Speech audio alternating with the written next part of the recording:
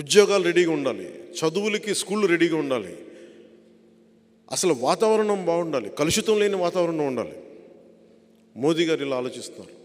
ఆయన ఆలోచనకి ధీటుగా మన వంతు మనం కృషి చేసేలాగా యువ నాయకత్వం చాలా అవసరం. ఒక ఎంపీగా భవిష్యత్తులో కూడా నేను ఒకటే చెప్తాను, ఒకవేళ మోదీ గారు అడిగితే, అమిత్ షా గారు అడిగితే, నేను ఎంపీకి వెళ్ళాలంటే మా ఉదయం అడిగి స్వాప్ చేసుకుంటాం ఇద్దరం.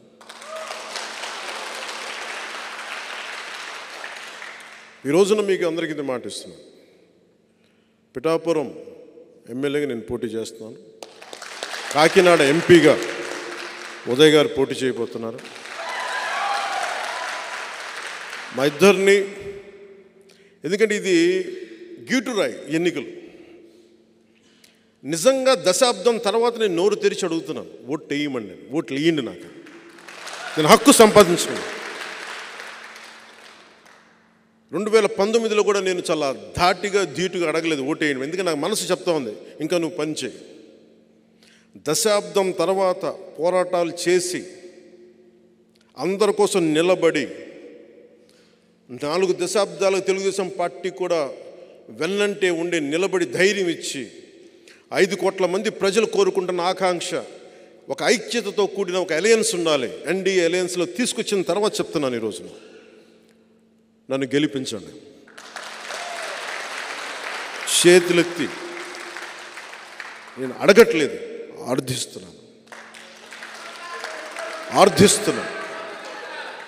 లేదు, అడగందే అమ్మైనా పెట్టదంటారు. నేను ఈ రోజున అడుగుతున్నాను, ఈ 2 సీట్లుతో పాటు మిగతా 19 సీట్లు, ఇంకొక పార్లమెంటు, ఇవి కొట్టి చూపించామంటే, ఇందాక చెప్తా ఉన్నారు సినిమాలో భగత్ సింగ్, దాని పేరు ఉస్తాద్ భగత్ సింగ్, అందులో ఒక క్యారెక్టర్ గ్లాస్ పడేస్తాడు. ఈరోజు వచ్చింది కదా, గ్లాసు పడి ముక్కలు అయిపోద్ది.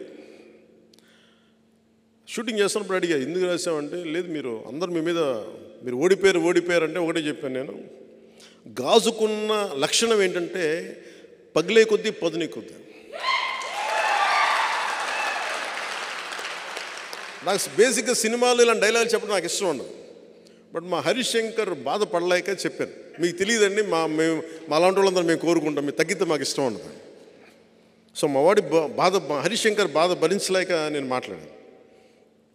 ఎందుకు చెప్తున్నానంటే, అనుభవం కానిదే నేను ఎందుకు నలిగి ఈ రోజున ఎందుకు ఇంత బలంగా అడుగుతున్నాను ఓట్లు అంటే, ఒక దశాబ్దం అధికారం లేకుండా ఓడిపోయి పార్టీ నడిపిన వాడిని చిన్నపాటి విజయం, ఒక 21 సీట్లు, 2 ఎంపీలు కనుక మనం కొట్టి చూపించామంటే భారతదేశం ఆంధ్ర వైపు చూసేలా చేస్తాను.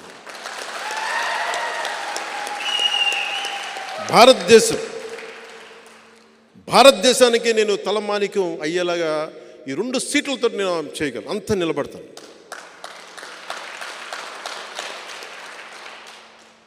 ఈ రోజున మనం లేకపోతే ఈ పొత్తు కూడా ఉండలేని పరిస్థితి.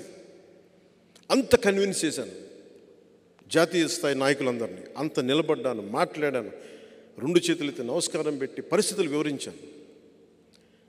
ఎమ్మెల్యేగా ఓడిపోయాను, అది కూడా చెప్తున్నాను మీకు. ఓడిపోయి కూడా నాకు ఇష్టం నా నేల, మన బిడ్డని, మన నేల తల్లిని మనం కాపాడుకోకపోతే ఎవరు కాపాడుకుంటారు? ఉప్పాడలో సముద్ర కోతకి గురయ్యి ఇల్లు లోపలికి వెళ్ళిపోతుంటే ఆ బాధ వాళ్ళకి తెలుసు. ఒక వాడబలిజల బాధ నాకు తెలిసిన వాడిని, నాకెళ్ళి నుంచోవాలని ఉంటుంది అక్కడ. కానీ నాకు అధికారం ఉంటే నేను ఏదైనా చేయగలను, లేదంటే నేను వ్యక్తిగతంగా ఏదో కొద్ది గొప్ప చేయగలను, సరిపోదు. అది ఒక పాలసీ రావాలి అక్కడికి.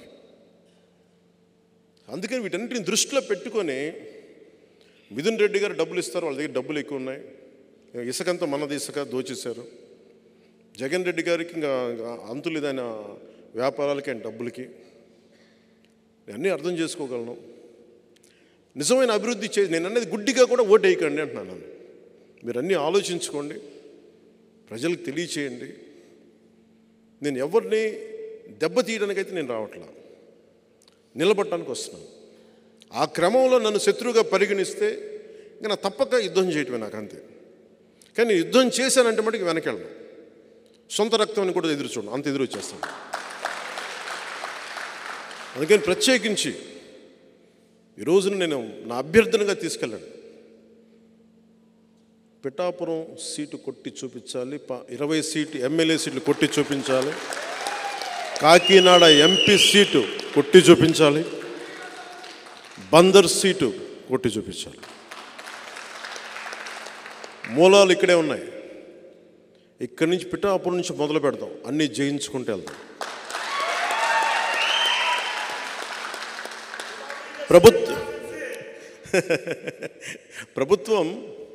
ప్రభుత్వంలో మన భాగస్వామ్యం తీసుకుంటున్నాం. ఫామ్ అవుతున్న ఎన్డీఏ ప్రభుత్వంలో మనం భాగస్వామ్యం తీసుకుంటున్నాం. 3వ వంతు స్థానిక ఎన్నికల్లో మనకి ఆ పదవులు కూడా తీసుకుందాం.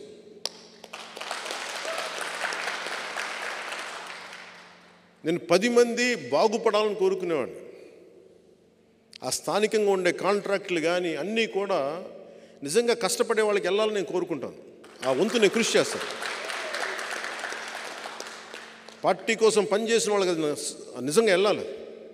స్థానికంగా ఉండే వ్యాపారస్తులకు కానీ లీడర్స్కి కానీ ఖచ్చితంగా దాన్ని దృష్టిలో పెట్టుకొని నేను చేస్తాను. సో మనస్ఫూర్తిగా మీ అందరికీ పేరు పేరున మీ అందరికీ ధన్యవాదాలు తెలుపుకుంటూ, ఉదయం ఒకటే అడుగుతున్నా, ఈ రోజున ఎంపీగా నువ్వు గెలిచి చూపించాలి. నువ్వు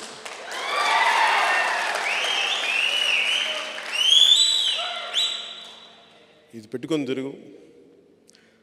అలాగే మా మహేందర్ రెడ్డి గారిని కూడా నువ్వు మిథున్ రెడ్డి గారితో కొంచెం హ్యాండిల్ చేయాలని చెప్తాను.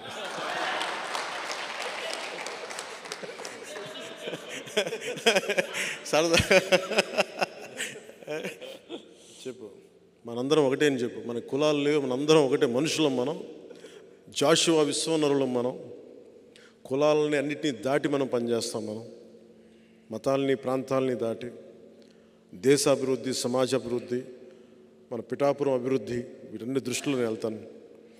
మనస్ఫూర్తిగా మీ అందరికీ పేరు పేరున ధన్యవాదాలు తెలుపుకుంటూ, నాకు ఈరోజున అనిపిస్తూ ఉంది ఇంకా నేను పిఠాపురం ఎమ్మెల్యేగా ప్రమాణ స్వీకారం చేయలేదు. నాకు అది తెలుస్తుంది.